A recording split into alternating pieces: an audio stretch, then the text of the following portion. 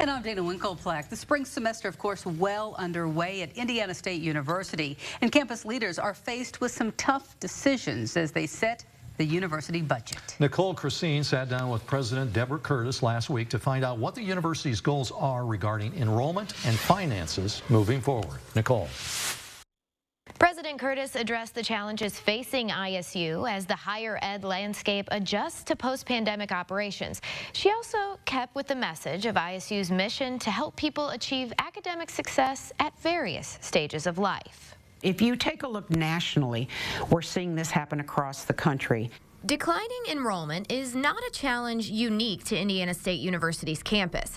Data shows freshman enrollment dropped 2.5% nationally at four-year public institutes between fall of 2021 and fall of 2022.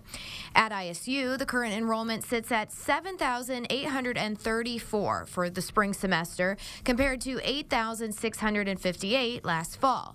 Fall of 2021 was over 9,400, and fall of 2019 was over 12,000. ISU President Curtis says the university is still trying to bounce back from the pandemic. We serve a large population of first-generation and Pell-eligible students, and that's a population that right now coming out of the pandemic is staying home at a higher rate. Dr. Curtis says there is also a mismatch in headcount due to the university graduating larger classes and bringing in smaller classes in recent years, but says mere numbers aren't the main focus. Headcount isn't everything, especially coming in the door. The important part is how many of those students reach what they came here for.